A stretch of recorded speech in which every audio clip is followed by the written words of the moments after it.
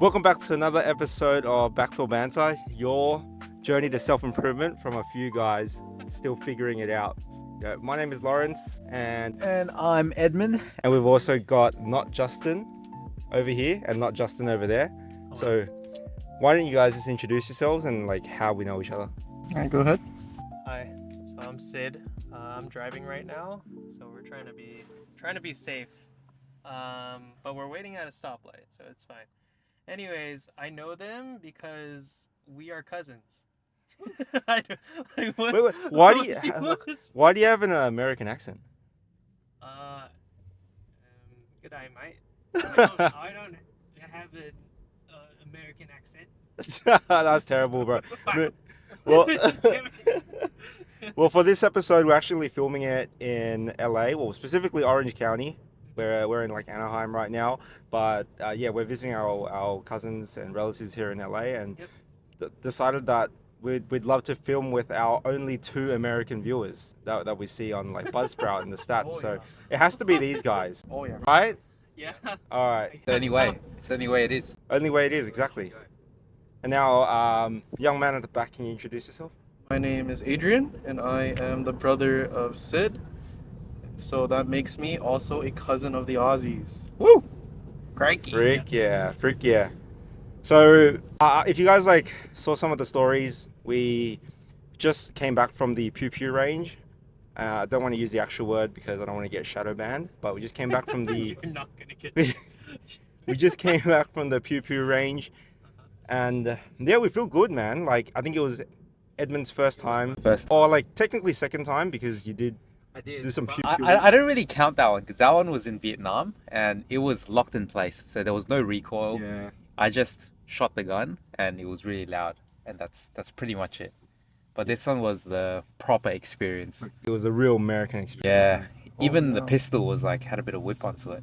Dude, it was exhilarating, man. So yeah, we just did that, and we also did a Q&A thing, like a question box on Instagram for you guys to ask some questions. So we're going to be answering some of that later.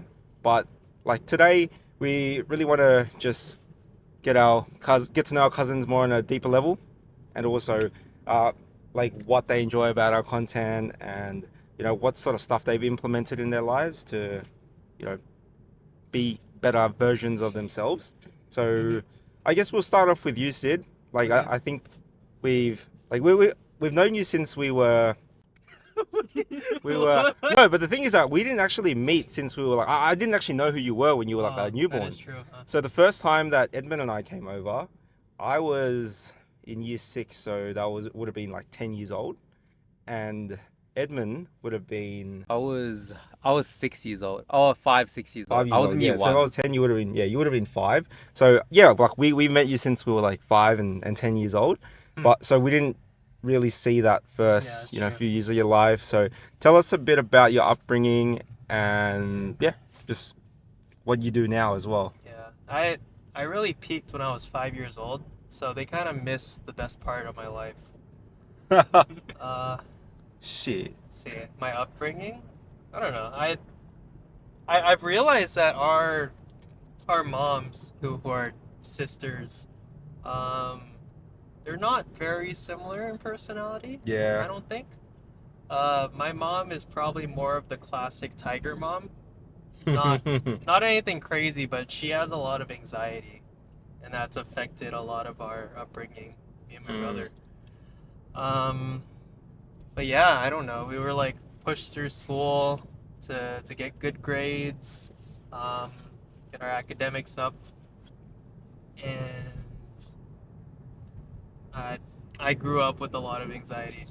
Yeah, I think because of that. I think that's something that our mums do share though, and a lot of the aunties, like their sisters in general. Like my mum does get pretty anxious as well. Like I don't know if it's as bad as your mum's, but she gets pretty anxious. Like just the smallest things. Like maybe we don't pick up the phone on the first time or second time. Oh, that is true. Because like our phone was on silent, or maybe we're at like jiu-jitsu or Muay Thai, and we just literally don't check the phone for the whole hour to 2 hours. And sometimes she thinks that something's happened to us if she is not informed that we have gone to training, or if we're out and about and we're literally just occupied with something, but we just don't pick up the phone because we didn't see the call. then she would just think all types of things, like come up with a bunch of like weird scenarios in her head, Yeah, that we died, got kidnapped, Yeah, got exactly. shot. Yeah, I think it's a bit of a genetic no genetic thing, right? Yeah. I don't know. I don't know if it's genetic because it could be since they were all brought up together. It could have been an upbringing thing that they all just developed. Maybe our grandma was brought them up a certain way, or our grandma was very anxious as well, and grew and raised them in a very specific way. Yeah, I think Maybe that Adrian, you could be mentioned why. that our grandma had anxiety, right? Oh yeah. I actually wrote a paper about this whole topic for one of my like public speaking classes, and I talked about like post-generational war trauma. And my prediction of like why our family is like has this anxiety that has been passed down to us was um, solely because of our great grandparents and their immigration from China to Vietnam. So what I heard from my mom was that one of our great grandparents was actually stabbed to death by What? Really? a Japanese. Yeah. Oh, Oh, And so I guess like it's On the same side? Like yes outside? on Okay, our same side. Wow. So that's where I assume the anxiety probably started because our grandparents, or the grandparents that we do share, um, immigrated to Vietnam like at a very young age, and there was this like instability within their family because of the Japanese colonization of like China. So I guess that passed on to our parents, and additionally with like obviously the Vietnam War, that also causes um, some traumatic memories that can really be passed on to us. Like either they're very protective of us because they don't want us to get hurt. So that was something that I really like researched about, and I asked my mom. Yeah. Dude, that's rough. I didn't even know that. yeah, I had no idea. That is I tough. didn't know either. So it's like one of our great grandparents or one of their great grandparents? I think that their great grandparents. So our grandma, I think it was our grandma's father. Grandma's Oh, father. Yeah. So Damn. our great grandfather Yes. got stabbed to death. By the Japanese. That is insane, dude. Damn. So yeah, that definitely would have affected that. And I guess like within like the Asian community and also like back then as well, like mental health wasn't really spoken about as much, and they probably didn't have ways to deal with it. And maybe till this day, they like some of them just don't know how to deal with it like at that level. So it's pretty crazy, man. But yeah, like Adrian, why don't you tell us a bit about your upbringing as well? As you can tell, he's a very well-spoken young man. He's a what do you call it? Like an old soul in a young Wise, body. a Yeah. wise soul. Thank you. Unlike me. I feel like during my upbringing, I was definitely more spoiled in a sense because my brother grew up while my mom was still working full time. So he didn't get as much, attention from my parents, and like most of the times he was at my grandma's house from my dad's side. So once I was born, my mom quit her job and then she was stay at home full time. Yeah. So I guess I got pampered a lot. But at the same time, like she was still that classic like tiger mom. I was definitely compared to my brother in terms of like academics, um, which really like stressed me out. And I feel like at a very young age, I already knew what I wanted to do in my life or like Wow. the general direction of it. So just having that extra pressure of my mom, like being like, oh, like, why aren't you like your brother? Like, why don't you go to like this good college and then like graduate early like your brother? And like, I just found it very like toxic. But I also have to come from an understanding that my mom's like, sure, like she's thinking like for the best of us and she wants us like to turn out, successfully. Yeah. I think like we also had, or maybe Edmund experienced a bit more of that as well, like trying to push him to go to uni as well. Yeah. Not really. I feel like in my upbringing, our parents were pretty chill. Like you should have seen it when I got my HSC results. I got the most average as ATAR. And Oh, our so parents so were- for you guys, like the HSC is like the high school certificate, which is like your SATs, and I think I explained it to you on how like the scoring and all that works Yeah. earlier. So yeah, it's basically out of 99.95, you get a score out of 99.95, but it's not a percentage. Well, it is a percentage, but if you get 99.95, it means that you've ranked higher than 99.95% of the state. Yeah. Yeah. And I got the most average mark. Like, let's say you two, can you take a guess what the most average ATAR is from 1 to 100? Is that actually the average? It's actually split bang on like the average. Like maybe like by 1 point or something. Yeah, like 80, 75? That's average? That's average to you? Maybe, yeah. 60. 60? Well, it's 69. Oh. 69. 69. Oh yeah. Nice. So I got bang Hey, I got bang on like 69 point like I don't know 85 or something. you got a perfect score in my I eyes, bro. got and then our parents, because in high school I feel like I didn't study that much. Well, maybe our parents didn't see me study at all because I really didn't study too much. And then they were honestly pleasantly surprised about my my marking because they thought I was gonna get like 40. Our parents literally thought I was like, I swear our parents like thought I was like a bit special because they thought I was maybe like wasn't studying enough and I wasn't as smart as Lawrence, and I was a lot more quiet. So I feel like they thought I was a bit more a bit more special, but yeah, but they were just like, oh, they just rounded up to 70. Like, oh, 70, that's pretty good. I thought you were gonna do way worse. But and they didn't really. I feel like they would push me, but not to the standard of Lawrence. Because growing up, I know Lawrence got hit a lot by my dad, but I can probably count on one hand the amount of times he's hit me. So I guess I got it a lot better. Yeah. But in the sense of, I didn't feel like I got spoiled too much because I was just really quiet and I didn't really speak out what I actually wanted. And But what I was referring to was most of the uni thing, like they were pushing you to go to uni and all that, even though you didn't really know what you I just wanted to wanted talk a bit about my upbringing as well, just Yeah. because, just to share. Yeah, of course, I don't feel like I really shared it too much on the pod, Mhm. but yeah, they of course, like every Asian kid, their parents wanted to push them to go uni, and I did. I went uni for a bit, then dropped out, then went uni again, and then proceeded to drop out again. And our parents, I don't think they took it too badly, to be honest.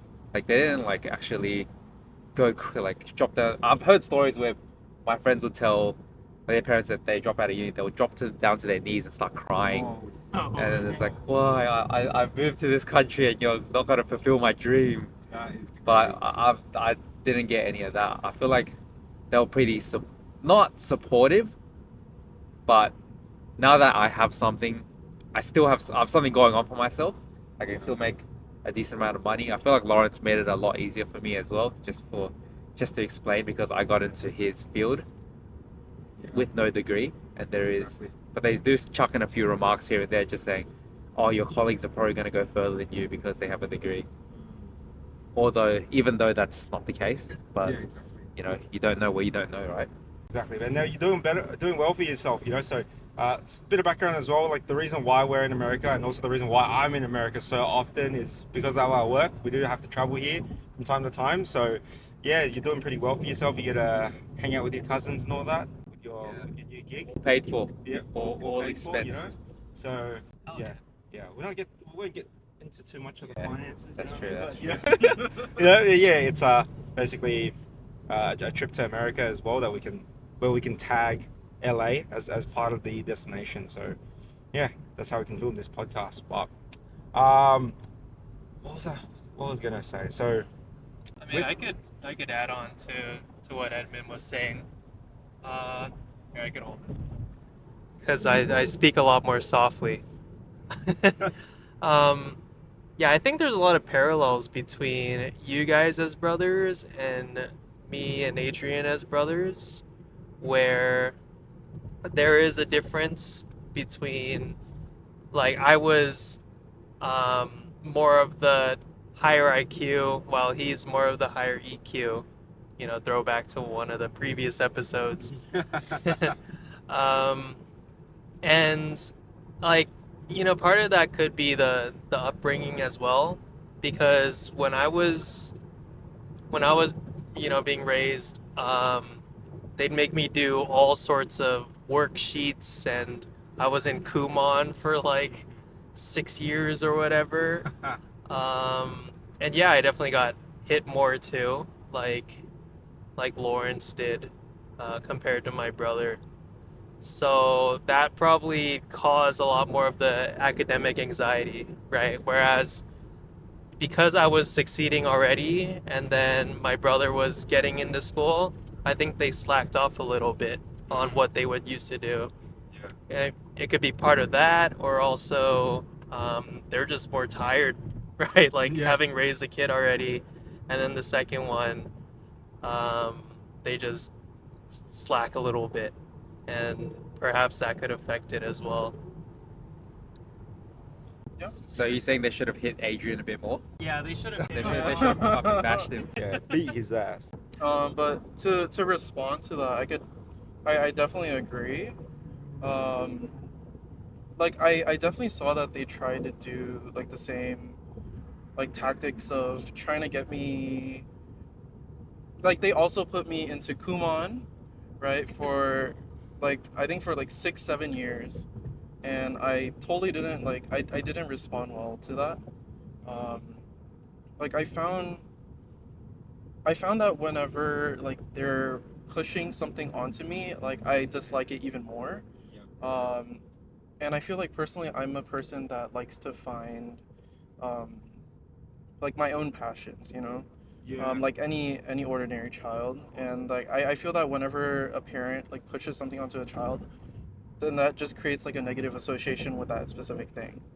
Um, but I am glad that my dad is more supportive of what I want to do, and he understands that no matter what happens, I will find a pathway to success, whether or not it is within an industry that my parents want me to get into. Like my mom, like wanted me to get into engineering and like the science field, like my brother. But there's no way that I'm getting into that field. And I'm more of like a social person, like as we mentioned earlier. Like I feel like I do have more of a higher EQ, because I was like created in an environment where um, I was able to socialize with a lot of people, right? So I feel like that could be equivalent to having an high IQ, because having a good EQ like brings a lot of, like, let's say in the business world you're able to network with a lot more people, which also leads to success, right? Like you're comparing a field in engineering where um, what you produce is what brings the money on the table, versus me where you know same thing, right? But I'm not given a series of tasks, right? It's something I create myself, and that's something that I enjoy more, I would say. Can you tell us a bit more about like what you want to do? So currently I'm in a junior college, or what we call community college here. It's basically like a transitionary school after high school, um, where you go for 2 years, and then after you finish your general education requirements that any normal university requires, then you apply to transfer to a full 4 year university for your bachelor's degree. So currently I'm in my second year, and I'm studying real estate development. My overall goal is to enter the affordable housing development field, because I feel like that is something that, especially like Southern California, is like highly in demand of right now. Um, Isn't that also one of your dreams to be on Selling Sunset? oh yeah, Yeah. like that's gonna be the end goal. But I feel like what our society needs right now is ensuring that shelter is provided for everyone. Yeah. See what I mean when I said he's like a young but old and wise soul. Like when I was 19, I didn't think I was caring about the homeless problem and creating shelters for people to live in. But this guy's like really in tune with politics and or like like economics and like how the world works. So yeah, like you could probably talk on hours for that, right? Sure, yeah. Yeah. So also like in this podcast as well, we're gonna be teleporting around LA or Anaheim. So we're gonna be pulling up to In-N-Out Burger right now, just to get some eats because we haven't eaten for quite some time, and we're gonna also pull up at Seaside Bakery later on. So we're gonna be is it Seaside Bakery? Yes. Yeah, Seaside Bakery and Newport Beach. So we're gonna be teleporting around and see where Sydney takes us. So yeah, we can like still continue while we're are we gonna do drive through? Mhm. Okay, do you drive through? All right, I think this is a drive-through only drive place. through early. Okay. Oh. Mad. Oh, so you can't even go in to eat? No, but they Oh, give you okay. boxes to eat in the car. Right. Oh yeah, Oh my like God, little like- trays or something, right? So are we gonna keep driving or are we gonna No, we're pull just up? waiting we're in just line gonna- right now. We're just waiting. Yeah. This is waiting in line. Yeah, Yeah. yeah, yeah. Yeah, cool. But We we're can gonna talk along the line. Yeah, that's what we're gonna do. Yeah, nice. So you want to get into real estate development, right? And but your mom wanted you to follow your brother's footsteps. Yeah, First, and right? I feel like it was a very unrealistic goal. Okay. Like I've never done well in, sciences. Yep. I feel like in terms of academics, I feel like my mom definitely saw me as like same thing as Edmund, right? Like our parents see us as like the not, the dumb child, not to be You Yeah. no offense, no offense. place, Yeah, bro. yeah, yeah. Know yeah. your place.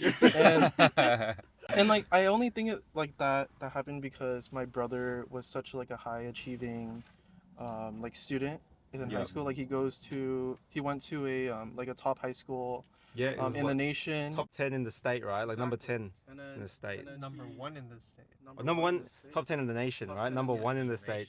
nation. Yeah, I don't really care though. And then he graduates at 16, right? And then goes to a pretty decent college like UCI, Wait. You went to college at 16? Yeah. That's crazy, right? dude. So Wow. so that's like the standard that my mom has set, and she was like, Yeah, oh, you- like you have to follow him, right? But like you can't really yeah. like each child like is completely different. Like you can't like you can't compare them. Like I don't think comparing children is like a good form of Definitely not, parenting, yeah. right? Because it just like the child that is expected to follow in the big brother's footsteps just loses like motivation. Mhm. I definitely saw that, but there was like a pivotal moment where I was like, well, this is my life. I should do whatever I want to do. And I was happy that my dad, who has more of like an entrepreneurial background, Yeah. was more supportive of my, endeavors into like real estate development. Yeah. Your dad's a G, man. I feel like he's pretty chill, He's but really also chill, yeah. he can be strict when he wants to be. Like he has his own, like he's very opinionated, but also he's very reasonable as well. Maybe also because he might be a bit more educated as well, like compared to my dad. Not talking shit about my dad, but my dad didn't have the opportunity to go to like go through tertiary education. I think he just finished his high school in Vietnam, but that's about it. So he doesn't really understand the options out there. And when he says go to uni, he doesn't really know what it means by going to uni, right? It's just going to uni, get a degree, and potentially get job. But there's no hows and how to navigate that. So yeah, your dad's pretty open-minded because he's familiar with that territory, right? I like it's surprising to say that my dad didn't really like I don't know if he finished did he finish high school? No. Yeah, he didn't finish Oh. high school, which He is didn't even. which was really surprising. And I think it's just like his work ethic, Mm. and the people that, he pushed himself to meet, right? Yeah. Like he would go on business trips in China and then like he would network with a lot of different people. Mm. I feel like he Drank a just lot. yeah, I feel like he just has like a very like approachable personality. Yeah, for sure. And maybe like compared to my mom, like my mom isn't as not I want to say woke, but more open to new ideas, right? Yeah. And I think it's because my mom, like since she is stay at home, she doesn't have like the type of like social networks that my dad does. Right? True. So he is a more open-minded individual, Yeah. and that relays onto us. Oh, okay, that's good. So, wait, isn't your dad a fucking engineer, bro? Like, how does he? Yeah. But he didn't go to uni. No. You just learned it. He started at the company, I think it was like 1999, Okay. as like probably like an assembly worker. Okay. and then he just Learning started jump. learning yeah. the different I don't know, like the different like systems within like his occupation, right? Wow. And then he just started moving up. I know in the beginning he was working like 4 to 5 jobs, and I was like, Oof. yeah, just trying to make that bread, you know. Damn, And then no, good on him. that's why like his work ethic is something that I admire. Yeah. Yeah, and his open mindedness. Dude, that's so good. I didn't actually know that about Uncle Paul. Can you go in? Yeah, I'm gonna try. Also, do you guys have your orders? I just want Really that good that question. protein. Protein style. Protein style. Get them to try everything. Yeah. Um, We're filming a podcast right now as well. Yeah, On the car right there. It's a self-improvement podcast, like for young men. Like, do you? I guess like. Bro, I'm asking. No, I want to ask him like, what's one thing that you do every day just to like take care of yourself, like whether that's like meditation, exercise, thing. Like, what's one thing to just help you de-stress and also get your mental health in check when things aren't going as well? I've never done this before in like the drive-through, but a quick question, yeah. yeah, I mean, I've been really trying to get back into like reading because I used to read a lot and then I kind of fell off. So I've been trying to get into like reading and stuff like that. So just kind of sitting in a quiet spot, just reading by myself, just kind of focusing on that rather than. Yeah. all right. No, that's good, man. I love it, bro. Like rather than being on the phone all day. Let's and order, just, bro. like- yeah, okay. No, that's good. I like that, bro. Okay. All right, Oh, let's sorry. order. Would we be able to upgrade the French fries in the meal to animal style? It's called Backdoor Banter. Backdoor Banter? Yeah. Okay, is it on like Spotify? Yeah, Spotify, YouTube. It's not we have that Instagram popular. as well. It's got 100 something. Yeah, check it out, bro. Sticker? No, yeah, I was wondering if you had any stickers left, but no. All good. Just go ahead and put forward in this. And Yeah, What was your name, bro? What was your name? Joseph. Joseph. All right, good to meet you, Joseph. All right, My thank you, name's Lawrence. Joseph. Thanks. Dude, it took so long. Yeah, Yeah. it's like 3 cars. That's alright. Well, you're gonna ask this guy too. no, not this guy. Alright, at least I got the order down. Yeah, that's all That was- done. That was a crazy order. Yeah, that was a crazy order. But yeah, reading, man. Reading's good. Yeah, that's a good answer. Like, I wish I had the patience to read again, Yeah. or even the time too. Like, I'm too occupied with other hobbies that I want to do, Mm. and reading it just takes up too much because you have to solely focus True, on the that's reading, true. right? Like, you can't multitask when you do it. Yeah. But one thing that you do that you did tell us about was your do is journaling, right? Yeah, I do journaling. Yeah, tell us a bit about your journal. Like it was a pretty big feat. Yeah, so let's see. I'll give you the backstory, I guess. So back in 2020, I think January, before COVID had hit, I was in my final writing class. Like I was graduating that quarter for my uni. Mm-hmm. And my teacher, he was a very eccentric dude. Mm-hmm. He would give like random speeches and rants in class about random shit. Like one day he was talking about how milk is bad for you because we're meant to grow out of drinking milk and stuff like that. And then another one, it was like it was something about Kobe dying on the helicopter, and it was supposed to be offensive to like get us riled up. Oh. Anyways, that's besides the point. He was talking about how writing is very important to like keeping your brain stimulated and stuff, especially keeping a journal, because being able to recollect your day, you can gain a lot from that, right? Mhm. Like being able to read back on the past and seeing how much you've improved, and having that as a motivation for any improvement in the future, right? So because of that, I started a 5-year journal, and these are so it's just a book with sections for 5 different years, and every page is like one day, right? So on one page you'd fill in the first year. I started in 2020, so I filled in 2020 for the first row of sections on each page, and then by 2021 I was able to go back to January 1st and then read what I did 1 year prior, right? So then I just kept that up That's so good. until until recently when 2024 ended, and I had Hello. We're just getting our order. I'll get back. Yeah. We just got our order from In-N-Out. I got a double, and with animal fries. Hopefully I can show you this before you start dropping it. Yeah, there you go. Already ate some. Yeah, I already did. I was so hungry. Yeah, same. I got the protein style burger. So it's pretty much, instead of buns, it's lettuce. Yep. I hope it fills me up. Let's buy it.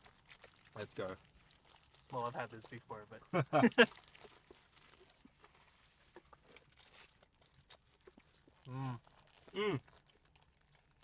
The bus. if you guys haven't been to California to try In-N-Out, you're missing out. Oh yeah. Make sure to get the medium well in the fries, because if you don't, the fries get so soggy and bad. Yeah. Nice. Alright, we're gonna cut this off now because I don't think you guys want to watch us eat. So we're just gonna like pick our faces, pig out, and we'll see you in the next location. We're I'm on. gonna turn it on. I'm gonna turn my mic on. Are you stepping on it? Oh, the fucking chili peppers fell over. Oh, what the hell? I fucking. Oh shit! Where the fuck did we save the peppers, bro? Oh, I'm gonna What the fuck? I thought you guys just wanted to take it home. No, we didn't want it to begin with. Just finished smashing a bunch of In-N-Out. I'm still working on my Neapolitan shake. This thing was like so thick, bro. That's what she said. Nice. So, yeah, Sydney, you were talking about your journaling before we actually got cut off. Yes. Wait, I'm driving right now. Yeah. So I worked on the journal from 2020 till 2024, and I was able to finish it recently, which was super cool. I think the hardest part was keeping myself accountable when I'm on trips and stuff, because I'm often too tired at the end of the day to want to write anything. So then I'd like type it in my phone, or I'd wait until a week later to recount what happened the week before, which is really hard. So I'm kind of glad that I finished it. I don't think I'd write it physically again, because it was a pain to transfer what I typed into paper, and I'd have to do that many times throughout the 5 years. So right now I just keep a journal on Notion, which is a note-taking app, and that's been working a lot better because I could just type it every night. But I set it up in a way that reflects what the book was trying to do, where you can look back on what you did, 1, 2, 5 years ago, and like see how much you've changed. So, I've got a question for you. If you want to go into this, I know last time we did speak a bit about like mental health and stuff, and you mentioned that when you were younger, you had some harder times like regulating your emotion. Is that right? Like you were a bit more of a angrier kid. Yeah, that's fair. I don't know why I didn't chirp. I was distracted. Yeah, I don't know. I was very, like, how would I describe it? Well, I didn't have many friends growing up. And I think that turned me into a bit of a cynical, like, edgy introvert person. Yeah, I was not socially, let's see, can I use that? I was quite artistic socially. Acoustic. Acoustic. Yep. Like that was a bit of a downfall of your intelligence, right? Like you skipped a couple of grades, and you were probably like you were that young kid in like a class full of seniors or something. Yeah, that's true. Because I skipped first grade, so I basically spent my entire academic life around people who are like 1 to 2 years older than me. And I don't know, like I'd have people I could hang out with during school, but we never like followed that friendship outside of school or, past like graduating elementary or whatever. So yeah, I could never really keep friends like that. And it was only until college, like the end of college, that I have more personal freedoms and um, a lot more people to meet, especially on a college campus. So I had to learn a lot of like how to socially interact properly with people. Well, do you think that like the journaling has helped you like regulate your emotions a bit more, and has it done any has that made any improvements on your mental health and the way you think and your social life and all that? Mm, I wouldn't say it helped me regulate my emotions. Because I'm writing about what happens every day, and a lot happens in 5 years, being able to look back on like cringy shit I did, or like failures, mistakes I made, Right. and often seeing just self-improvement without the the conscious effort, if that makes Okay, sense. yeah, that's true. Right?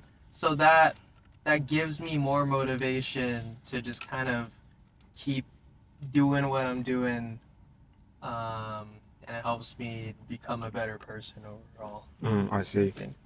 So can you then if it wasn't the journaling that helped you in that aspect to regulate your emotions and I guess like make more friends that you find are like valuable, going to be valuable in your life, and just have those deeper connections with people, like what did you do or what changed to put your life in that different trajectory?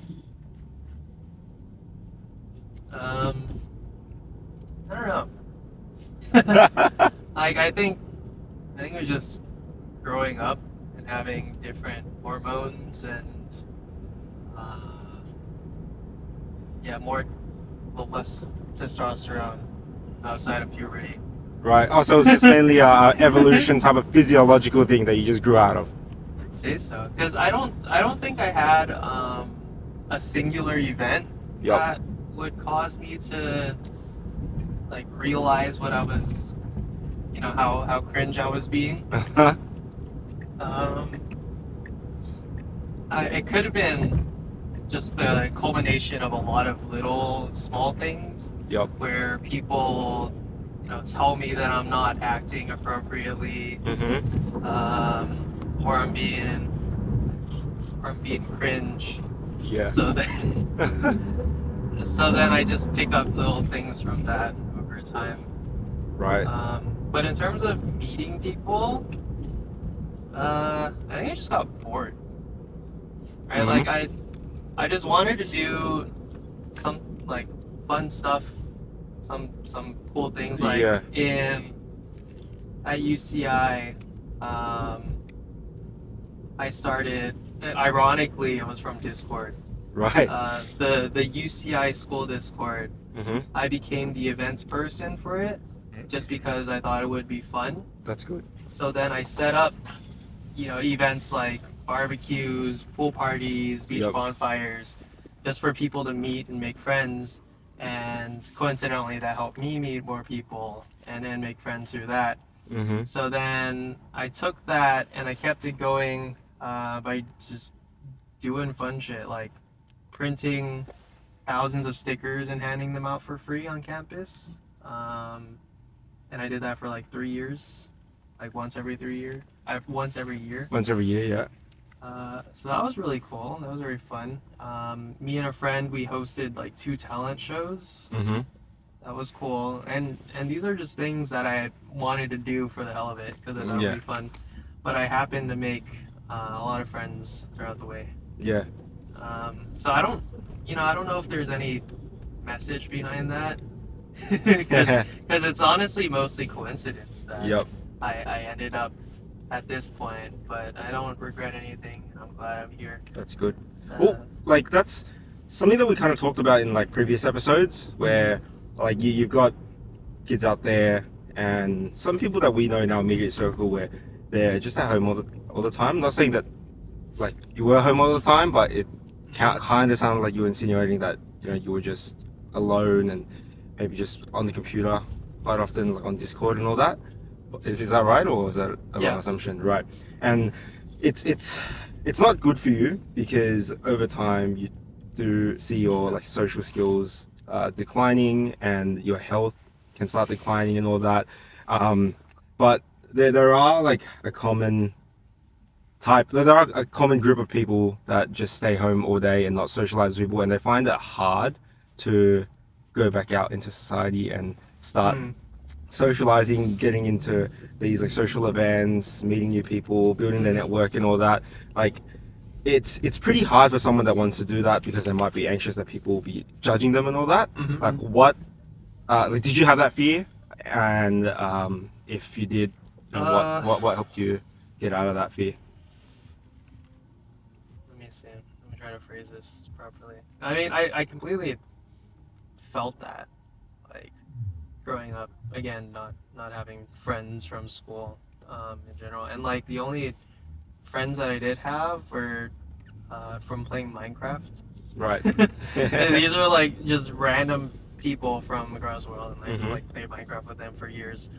And, yeah, I didn't really result in me improving. Yeah.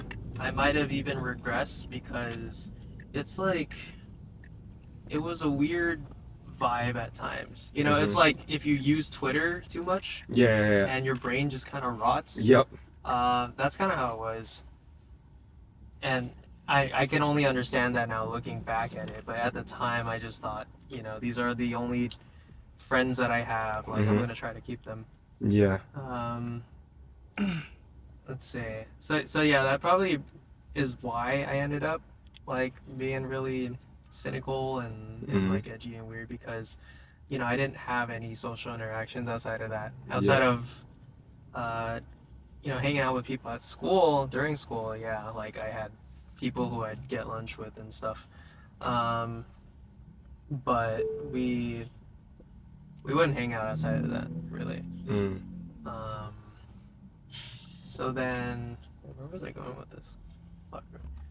Like what made you want to like go out? Like what made you put that fear aside of being judged, or anxiety of going and doing the society stuff?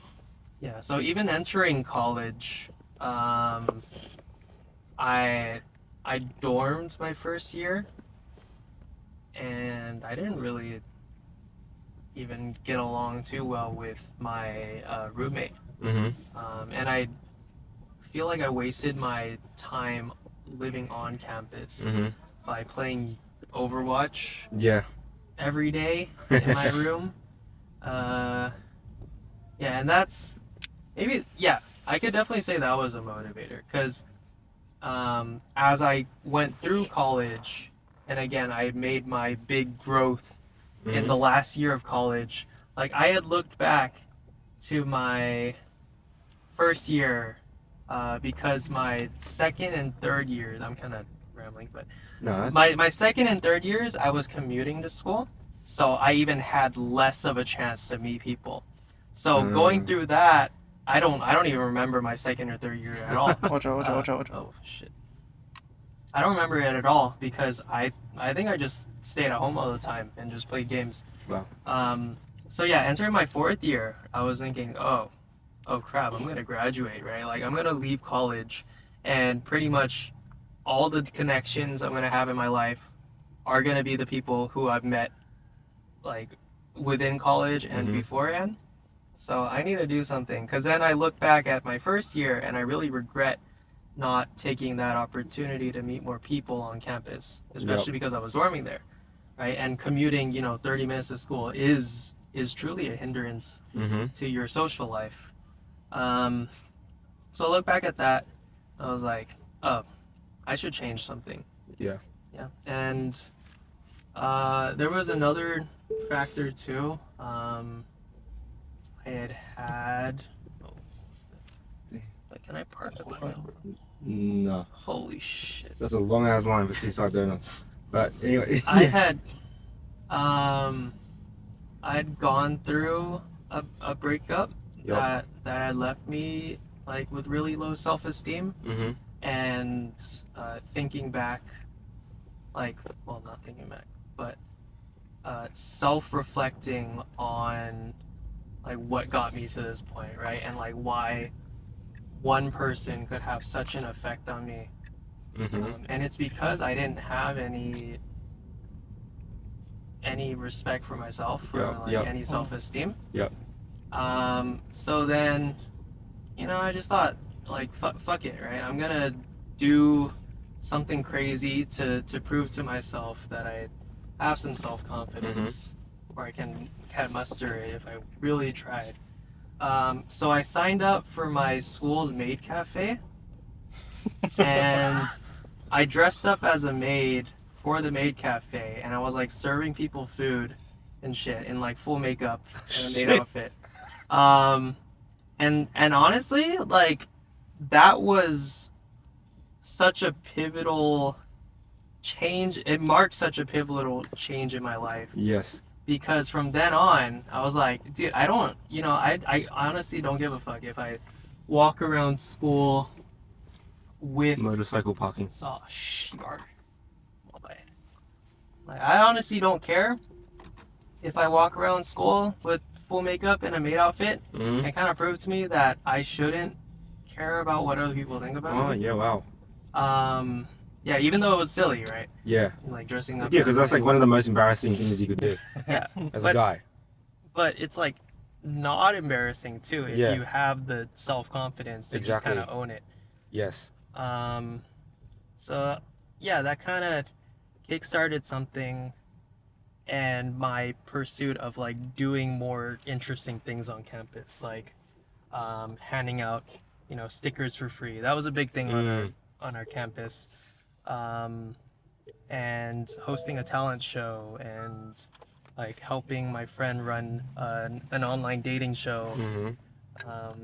Very, very silly things, but it like I did it because I thought it would be fun, and I also wanted to do something interesting Yeah. at school that leaves an impact.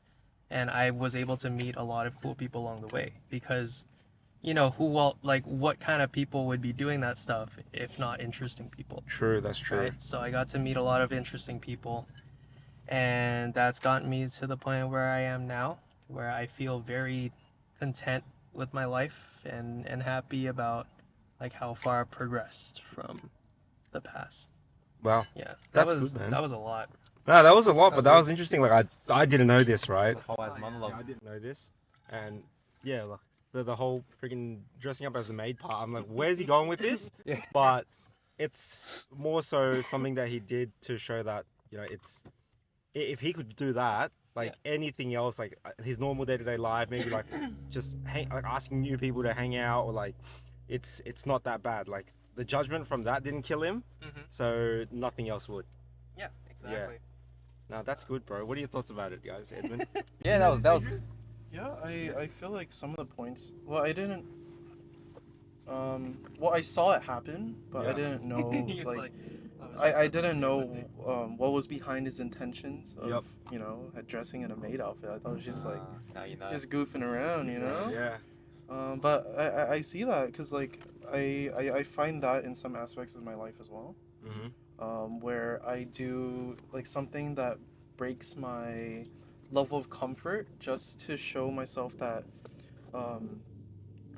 Like it wasn't that that bad. if I do pass this level of discomfort, then it shows the different opportunities that can come to me. Yes. Right, so like some people like invite me to an event, and then like my social anxiety would say no, but I'm like, oh, this can be a really great opportunity for me to meet new people. Yeah. And I just say yes, and then although I was scared, once I was at the event and I started talking to other people, you notice that other people are also scared as well, right? And it just takes one person to initiate the convo, and it just brings you two together, and you're not scared anymore. Yeah.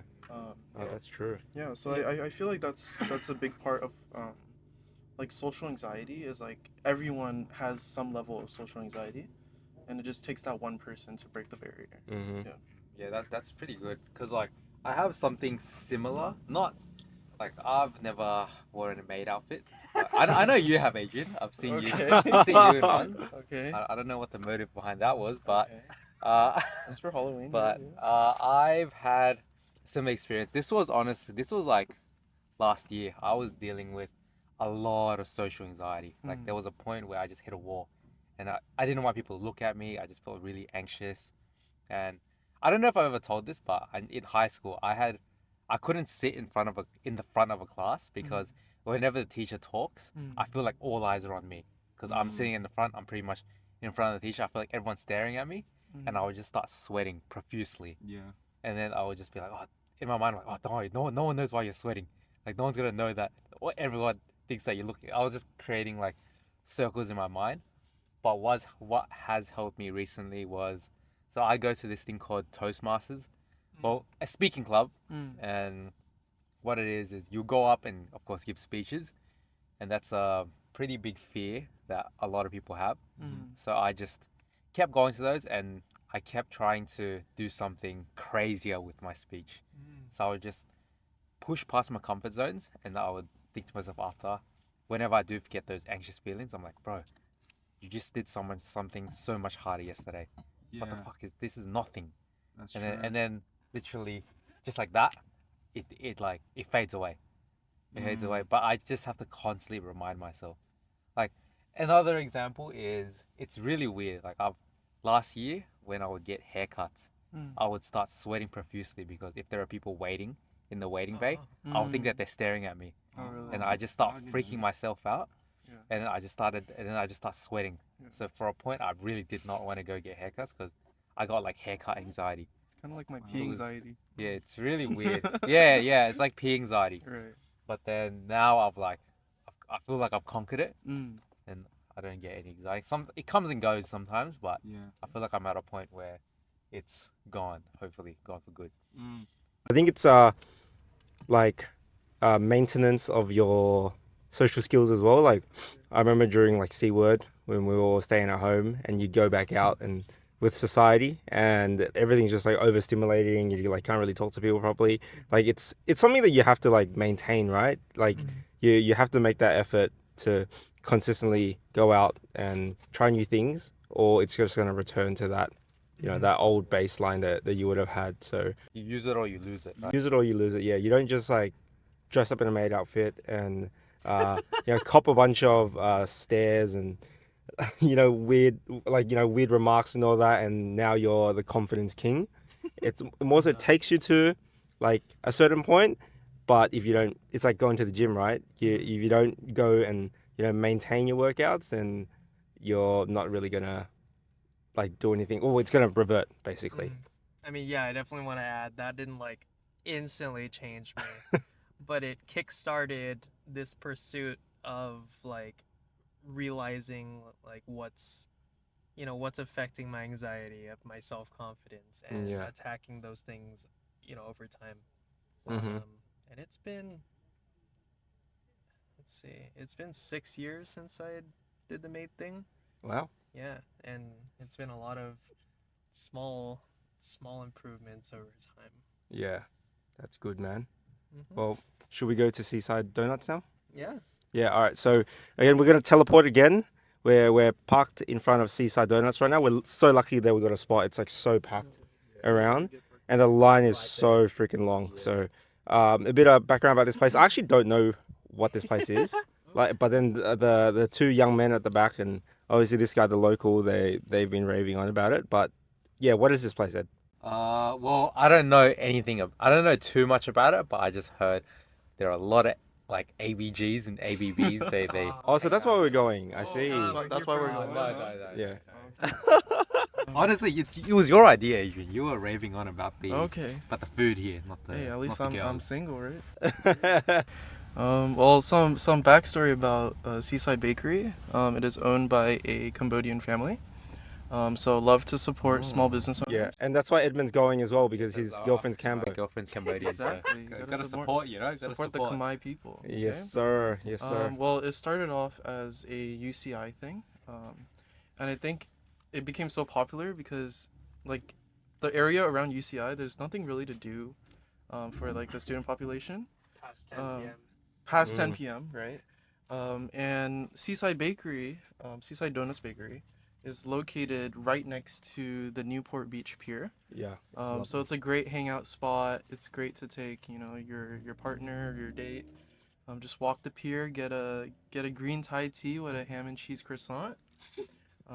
Yeah, and have a good night, right? Yeah. And it started picking up on TikTok, and now a lot of TikTokers, rest in peace TikTok. They're coming here and making TikToks, and the place has been booming. And we love to see a small business thrive. Let's go. Let's go and try these donuts, man. Yes, sir. Let's go. Just a bunch of shit. I should come up with. Introduce yourself as an Aussie.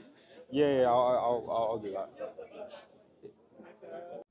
So my cousins were like, "Hey, why don't you guys interview some guys at Seaside Bakery?" And it wasn't a bad idea.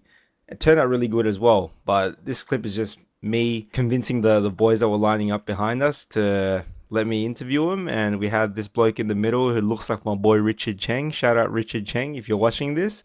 Yeah, man, cut to the interview. All right, so I'm here at Seaside Bakery with Jason. and Jason's been nice enough to do a bit of an interview for our self-improvement podcast, Backdoor Banter. And the first question I want to ask you, bro, what's one lesson life has taught you recently?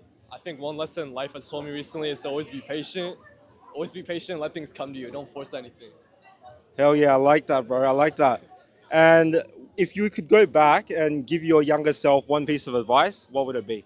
I think spend time with people that you care about a lot. Because, that time's going to, go by really quickly. Yeah. So I think spending that time, with, people that you care about a lot, Yeah. time goes by fast. So just, take advantage of it. Who's like 3 people that you can list that you care about a lot and that you've spent time to reconnect with in the past year? I got a lot of people. I mean, I'm out of state. I don't go to school here. Okay. I don't go to school in where I'm originally from. I'm from Seattle, so I go to school here. Yeah, so nice. I'd say my family, honestly. Yeah. Mom, dad, sister. Yeah, So, nice. Do you go UCI? No, I go to Cal State Fullerton. Cal State? Yeah, nice, man. And last one, bro. What's one thing that you wanted to do but you haven't yet? Ooh, one thing I want to do but I haven't yet. Yeah. I think travel more. I don't really travel that much. I Yeah. only go to California for school. yeah. I've only been to Hawaii. So I think traveling the world more, honestly. You should come to Australia, bro. Yeah, I'm down. Yeah, we've got some good AVGs down there as well. Need that. Hey, need that. Hey, you heard it Yeah. here. You heard it here. That's it, bro. All right, thanks, bro. Appreciate it, man. Go. Perth is even better, but it's not as busy as Sydney, so it's What not I as want to do is I want to go to Bathurst. Bathurst. Oh, Bathurst, you have to go to Sydney. It's in the same state. Oh, I thought that Bathurst was in Perth. Bathurst is where they do all the supercars, right? Like the NASCAR type of thing. Yeah, that's where you want to go. But yeah, if you're ready, we'll start rolling. Yeah. Let's do this. All right, so yeah, my name is Lawrence. We're on Backdoor Banter. I've got a special guest with me. What was your name? Keith. Keith. And Keith's lovely enough to volunteer to answer a few questions for us, for you young men out there. So the first question I want to ask you, Keith, what's one lesson life has taught you recently? Oh man, time is extremely short. Don't waste it. You have an idea, want to do something, do it as soon as you think about it. Or once you think about it, figure out how to do it, then do it. Just do not waste your time. Once it's spent, it's gone. It's gone. That's something you'll never get back, eh? It's not like money. Oh, not like money. Yeah. You can lose money and get money back. Time, once it's spent, it's done. For sure, that's good advice. Now, Keith, if you could go back and give your younger self one piece of advice, what would it be? Oh man, that's a good one. I was actually just talking to a buddy about this the other day, kid you not. So my advice that I would give to my younger self is to take advantage of all the connections that I was able to make. That's good. Because connections are king, right? Like it gets you very, very far in life. Well, yeah, it's that age-old saying. It's not what you know, it's who you know. Yep. Yeah. So taking advantage of the connections, see where they go. Don't burn your bridges. Very valuable. I like that. And now lastly, what's one thing you've always wanted to do but haven't done yet? Actually open up a donut shop. Hell yeah. Yeah. So you're doing a bit of market research, competitor analysis right now? My donut shop would be better than theirs. All day. I'd love to see it, man. I'd love hey. to see it. Yeah, you got to share it with me. I have nothing but ideals brewing in here. Trust me when I say my donut shop would be a million times better. All right, I'm gonna hold you on that. All right. Hey, do it. Yeah, you make sure to message us on the podcast when you actually open one. Yeah. And we'll try to pay you a visit if we're in town again. All right, that works for me. All right, No worries, let's man. go. Let's go. Appreciate it. All right. I appreciate it, bro. All right. Thank you very much. Newport Beach at a lot of people fishing around here, and I am joined with Jimmy. I'm joined with Jimmy. He's from the US, and I'm gonna ask him obviously, but I just wanted to ask him a question. What's one lesson life has taught you recently? I guess one life lesson that life has taught me is tricky question, but I'll say be humble. Be humble. Yes. That's true. That's pretty Yeah, much it's it. very important to be humble. Yeah, Eh? it's pretty- yeah, You seem like a pretty humble guy thank you. from what I've been gathering. If you could go back and give your younger self one piece of advice, what would it be? Don't be lazy. Don't be lazy. Yeah. Are you very hardworking now? Yeah. You're gonna catch a lot of fish today, right? Oh yeah, we caught like 2 fish so far. 2 fish. So how many fish are you gonna catch today? How many fish are you after? Hopefully, one more fish before One we more? leave. Yeah, one more Right, fish. before okay. we leave. That's good. And last one. What's one thing you've always wanted to do but haven't yet? I want to go skydiving. Skydiving. Yeah, I want to do that. So far. Wow. All right. And what's stopping you? Honestly, no clue. I don't know. No clue. Yeah, I don't know why. I think you should just book your ticket Just book my ticket. just And go. I'll probably go for my birthday this year then. Oh yeah. Yeah, I'll probably go. Right. Yeah. When's your birthday? December 22nd. December 22nd. Yeah. Oh, that's a long time away. A long Right. time, you know. So yeah, good way to plan it, you know. Okay, easy. All right. Thank you, Jimmy. I appreciate it. Yeah, nice meeting you, man. Nice meeting you, bro. Take care. Be safe. You too. Hey guys, so welcome back to another interview with us. Today I am joined with Jason. Jason, and Jason's going to answer a few questions for us. Our first question is, what's one lesson life has taught you recently? I would say don't take others' opinions, like don't listen to them too much, you know, and always be confident, you know. Always be confident. Yeah. That's good. I like that a lot. And if you could go back and give your younger self one piece of advice, what would it be? I would say that same bit, I feel like I always like kind of listened into what other people always say. So I still have a hard time with that now. So Right. Okay. yeah. Well, how do you feel like you've gotten better throughout the years? I've met people and they support my decisions and they kind of make me see that, you know, that I can be confident and Yeah. choose what I want to choose, you know. Yeah. Yeah. I love that, bro. I love Yeah. that. And what is one thing that you've always wanted to do but haven't yet? I'm not sure. You're not sure? Yeah, it's a bit of a hard one, but that's just skydiving, you know. Skydiving. Not just because like he just like said his it, but- mate. Not just because he said it, but yeah, skydiving. I mean, skydiving. All right. Then yes, you guys get skydive together. Oh yeah, we can go skydiving Yeah. together. Yeah, I guess so. December 22nd. You heard it here. Second? He's Oh, gonna man. go on a skydiving. We'll reach out to you guys on December 22nd, I guess. Make sure to FaceTime us, yeah? Alrighty, sounds good. Sounds good. Well, wait. One last question. I know Jimmy. He doesn't know what's stopping him, but what's stopping you? Jimmy, I'm waiting on him. You already got Jimmy? I'm Oh, waiting that's on that's a good answer. That's a good answer. He's the man. He's the man. He's the man. All right. Okay. Thank you, Jason. Guys, so we just finished off Seaside Bakery and we did a numerous amount of things like the boom challenge. Oh yeah. It's not the. Okay. Isn't that called the boom challenge? Not a challenge. It's the boom rating. The boom rating. Bro, I said boom challenge to the guy. He's like, oh, what's the challenge? No. Hey, I'm a fucking boomer, bro. Yeah. So, yeah, we did that. Did a few interviews with a few young and slightly older men. And they gave their pieces of advice. You would have heard that as well. I think I would have edited it before you hear me talking about this. So, yeah, I hope you guys enjoyed that. And yeah, man. So now we're just like driving home. I hope you enjoyed this like different version of the podcast where we're just driving around, teleporting around Anaheim and Orange County. Whoa, what's that, bro? Strip club? Oh, we're looking at two different things. Well, so yeah, I think like yeah, we do have like a few questions that you guys have sent through. So we did like upload a Q&A thing, and we're gonna like read some of that out. But before we do that though, I do want to ask these two guys like a few more things as well. So, oh, what's like one thing that you two as brothers like maybe do together, or like maybe you don't even consciously think or consciously know that you're doing it, but what's something that has been ingrained in you potentially, or maybe or it could be something that you guys voluntarily do together that I guess helps you both like level up in life. Sure. I could go first. I think definitely in the beginning, I think it's maybe I don't know, maybe because I was very annoying, or um, the parents or mom caused us to, it's like compared, like she always compared us with each other, so like it's kind of like this like competition for me. So definitely in the beginning of our childhood, like we definitely had a lot of disagreements, and we also like we fought a lot. But I feel like as of like the past couple years, we've definitely, um, well, I've relied on Sid for some mental support, because I've definitely been through my little mental obstacles.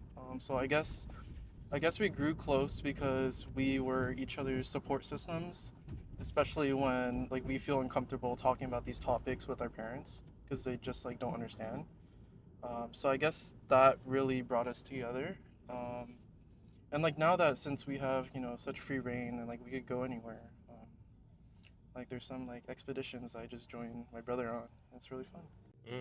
And what about you, Sydney? Yeah, I agree with that. And then we also, I don't know, he's like close with my girlfriend, hopefully, so we can all talk together and yap about tea. And speaking of tea, he teaches me how to make drinks, and he brings back boba all the time. And what do I even teach you? I don't teach you anything. He helped me I a don't lot know. with Yeah, I mean, like with his many side ventures that he's wanted to that he's pursued, like making candles for like half a year until you quit.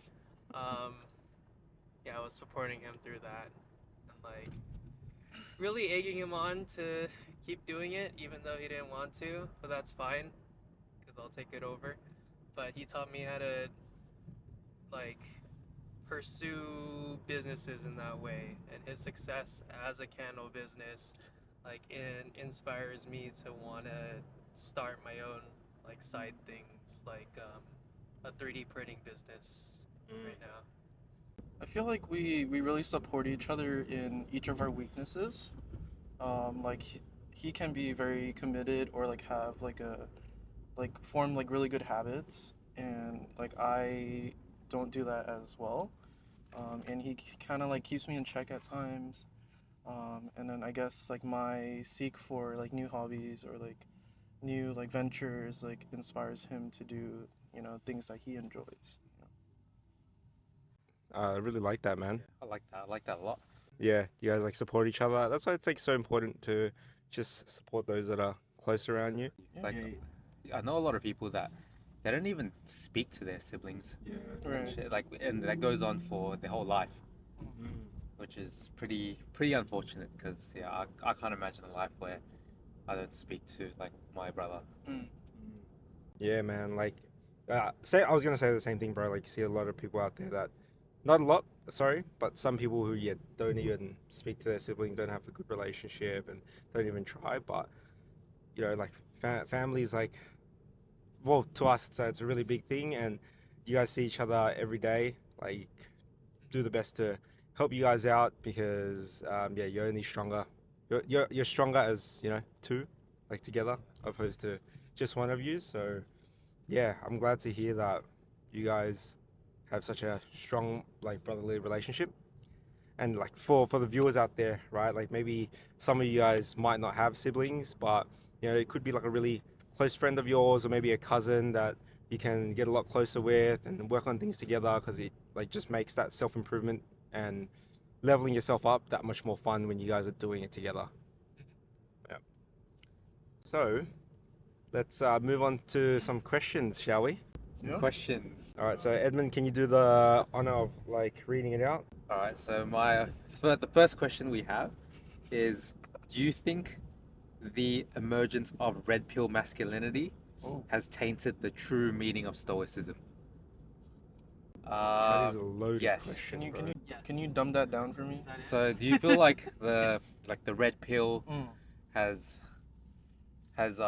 kind of tainted what it means to be a man, be a like a proper man? Do you feel like it's kind of it's taken over, and a lot of people are being, let's say, more toxically masculine, if you must say. I think the whole red pill thing is definitely like very over exaggerated. Mm.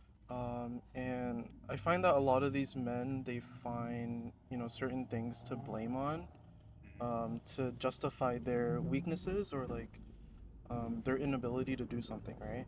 Yeah. So they go to these podcasts that, that justify them as a man, right? In this in this society where like women are being more empowered, as they should, and then they feel like, oh, they're being pushed down, right? But I feel like sure, definitely, I think chivalry is something that is dying. It should have a rebirth, but at the same time, it shouldn't, you know, it shouldn't affect like the other genders that are out there. We shouldn't, like, as men, we should, I don't know how to say it, but I feel like definitely like red pill forms like a very, I would say like it forms like a very sexist dynamic between men and women. Yeah. What about you, Sydney? You said yes.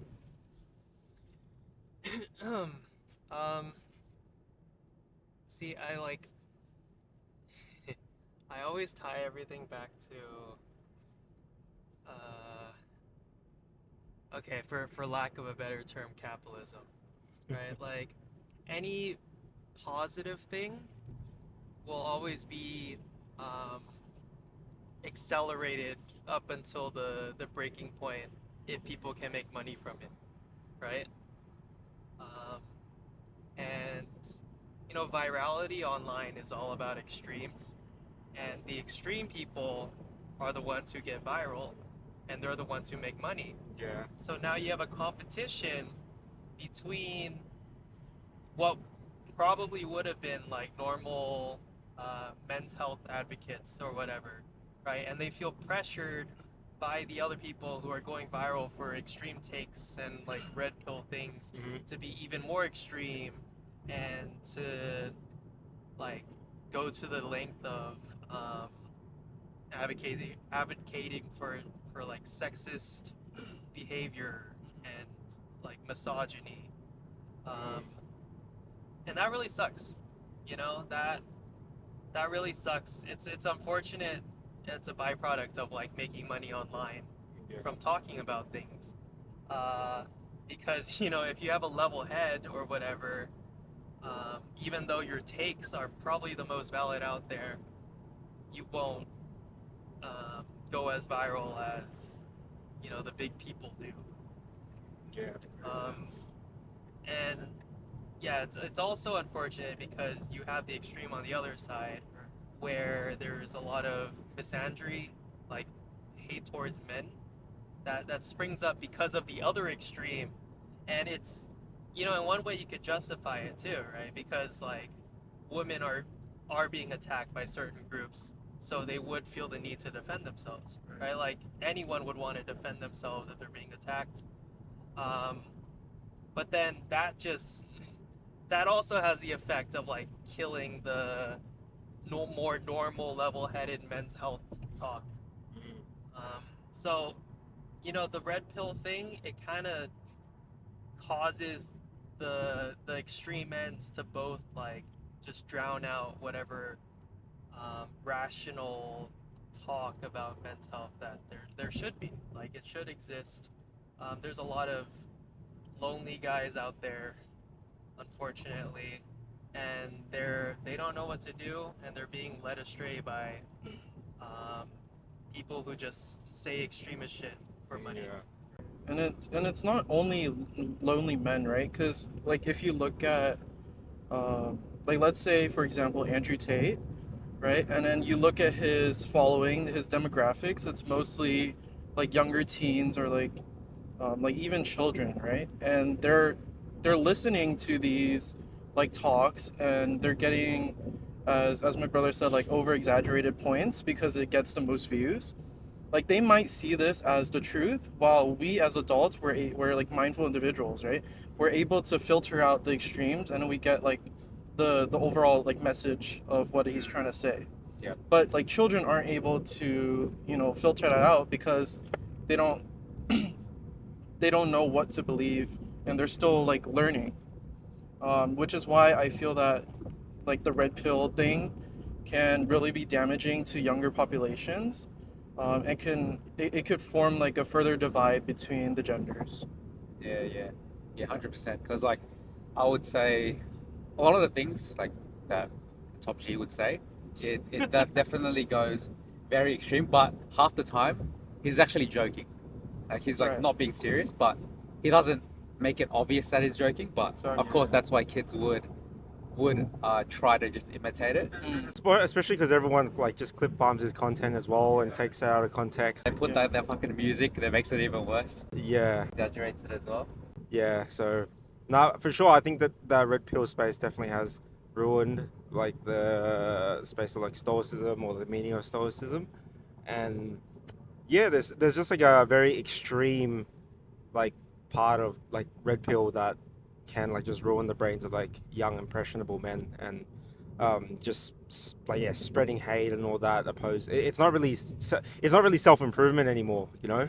Yeah, it actually become like just creates like these little monsters sometimes. But I was honestly, I was a victim to this. Like when I first, I guess, kind of discovered it, I was boasting my chest. I was like, I was a very proud, Yeah. I guess, proud-ish red pillar. I was like, oh yeah, man, high value man, this and that. But like as I get into more towards my self-improvement journey, I just have to filter out what is actually works and what doesn't. Because a lot of these red pill guys, yeah, they would go in, maybe make a lot of money, pretend to be like a high value man, then they just continue on with like, yeah, and with all that money, they just pursue a life of degeneracy and just party all day, Sorry. and then they just fall off. And I've seen it happen quite a lot of times, and yeah, you just don't want to fall into that rabbit hole, hey? And you don't even know if they follow their own advice. Yeah, right? exactly. Because all you see is these Just the like talks, right? like Lamborghinis, like Yeah. McLarens, and Bugattis. And half the time they're then, rented. and then as like well. these children are looking up is like, oh, like I want to be rich, I want to be successful like him. Yeah. So like whatever he says is right because you know he's made it. Yeah. But like I had a really like random thought when I was like meditating like last week or something. I was, for some reason, I had a thought. I'm like, self-improvement like could be just a whole scam. Like all of these guys that are raking in millions of views and a lot of cash and whatnot, what if they're not even doing these things and they're really just creating this personality online and like just to sell courses? Like self-improvement could be a scam, bro. You know? At the end of the day, self-improvement is a very touchy subject. Let's say if a guy is very insecure, and some guy's like, I'm gonna sell you this course, it's gonna change your life, and just pay me $1,000 and Right. yeah, you'll be good. And some guys are just like really insecure. They just want a quick fix, and it just targets their emotions. And that's why as sad as it is, it always works because it targets your insecurities, and then some people will always buy it.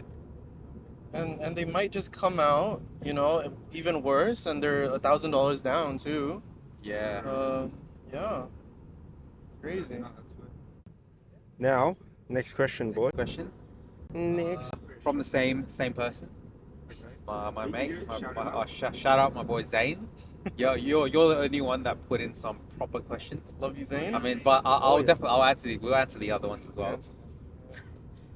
There's one more. Well, he put red pill. You must have all these things. Stoicism, pride, nothing over virtue. Honestly, I don't fully know what he means by that. Does he But- also sell courses? No, he doesn't sell any courses. Well, not that I know of. Not that I Okay. know of. Okay. Right, okay. I think he just put in a statement. Okay. I think He wants to that be was his heard. He wants to statement. be He wants heard. to be heard. And you're heard. Pride, And you're heard. nothing You're over heard. virtue. I heard Yeah. All right, we don't know how to answer that, bro, but Yeah. thank you. And yes, pride, But I guess nothing over we virtue. will. Yeah. We just say pride, nothing over virtue. Oh yeah. Which is All right. that's gonna be our mantra from now on. Read And up then the next question is from your lovely Josephine. She asked, "Why did you steal the mic from Ed? Why did you steal the mic from me?" That's what I do, bro. I gotta show him his place, man. He was talking. I'm like, oh, wait a minute, bro. This guy's doing a really good job. So I had to just take it off him just to shut his ego down and make sure that I'm the top G. Yeah. I mean, that's what you do when you got your little Bottom G brothers, bro. now. You gotta like humble him, you know? Because they get an easier life because you copped all the shit from your parents, and you pretty much took all the bullets for him, and your parents like give them an easier life when it comes to like discipline and all that, and yeah, they got the easy way out. But I'm doing what needs to be done. Yeah. She can relate, hey. Yes, she can relate. Exactly right, Joe. Surprised you even asked that question. Can I read it? I'll read out the next question. Yep. All right, next question comes from Hung Lee. How does Edmund retain his good looks? How Damn, do I man. retain my good looks? How do I retain my good looks? Honestly, just eating well. Oh, yeah. Don't eat BS all the time. So what'd you Like- eat today? Okay, today I'm on holiday. You know, you gotta save vacation. You Okay. just gotta try out new foods. Hey, you and gotta try out yeah. like foods that you don't normally get. Exactly. I'm on holiday mode, right? So Okay. you just gotta enjoy yourself sometimes. Exactly. Eat some in and out. That's what I like to see. Yeah, and then just make sure to stay active. I've been hopping off this a bit recently, but once I go back to Australia, comeback yeah, it's grind time, mate. Grind yeah. Grind time. grind time. And yeah, we'll move on to the next question. Jessica Powell asked, "Are you helping the fires?" Well, I have a lot to say about the fires. I definitely think it's something that could have been preventable. Like as we saw with the California government, they cut like tax funding towards a lot of fire departments. Especially in LA, they cut funding towards the fire departments, and in return, they moved that funding towards the LAPD, or the Los Angeles Police Department, and that prevented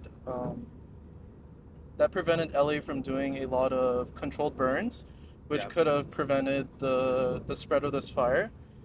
So I think that's definitely tapping into something that's broader than California itself, and just like in the U.S. government, where our handling of taxes is really inefficient, and it's not going into the areas where we most need it. Yeah. As of helping the fires, No. if you're in LA or if you're in the SoCal area, there are a lot of organizations that are accepting donations, especially for hygienic products and basic necessities.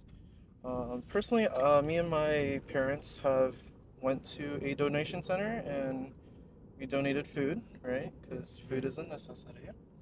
Although they are not accepting any more clothing, because I find that a lot of families are just throwing out clothing that they don't wear anymore, and dirty shoes. But yeah, I feel like I've definitely seen a lot of people put their work out and trying to help the people affected by the fires. It's very devastating. Yeah. And am I and Edmund personally helping the fires? Maybe. Maybe. He's supporting California tourism. Exactly. And then that, well, yeah, indirectly because I'm spending money here, and I've spent a lot of money on pew pew, a lot of money on freaking food and all that stuff. We dropped like 130 USD at Target the other day, so like that just goes back into the economy. It goes to the corporations. Woo. Yeah, well, those corporations have to pay tax. Yes, sir. That tax goes back to the government, and they pay the firefighters to pew some fires. Yes, sir. Nice. Yeah, so indirectly, man, we are helping out the fires. Indirectly, yes.